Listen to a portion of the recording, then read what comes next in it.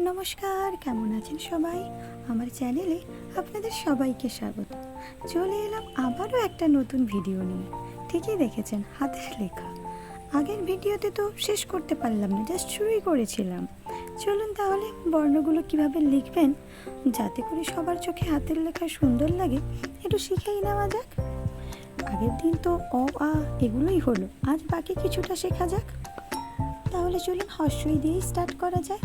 আর হ্যাঁ, আমি হর্ষই লেখার পর আপনাদের স্টেপ বাই স্টেপ দেখাচ্ছি আমি ঠিক কীভাবে লিখি।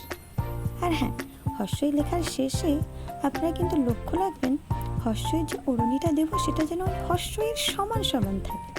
আর হ্যাঁ, সেম প্রসেসে কিন্তু আমরা দীর্ঘইটাও লিখে নেব। দেখতে থাকুন স্টেপগুলো।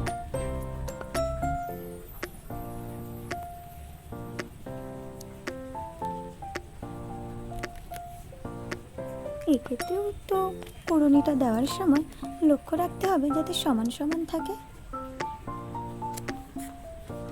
তারপর হর্ষটা আজকে লিখেই নিই।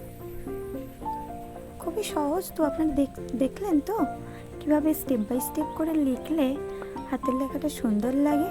আর হ্যাঁ, প্রতিটা স্টেপ বাই স্টেপই আপনারা লেখার চেষ্টা করবেন, তাহলে আপনাদের হাতের লেখাও সুন্দর হবে। কিন্তু একটা স্টেপও মিস করবেন না।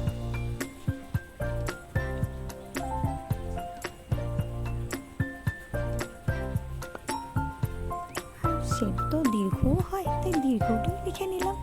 শুধুমাত্র ঝালিটা দেওয়ার সময় একটু লক্ষ্য রাখবেন।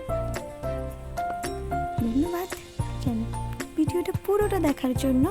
আর হ্যাঁ, ভালো লাগলে একটু লাইক করবেন, কমেন্ট করে জানাবেন অবশ্যই, তাই একটু চ্যানেলটাকে সাবস্ক্রাইব করে দেবেন। আজ তাহলে আসি, টাটা। আর হ্যাঁ, সবাই খুব ভালো থাকবেন, পরের ভিডিওর জন্য ওয়েট করুন।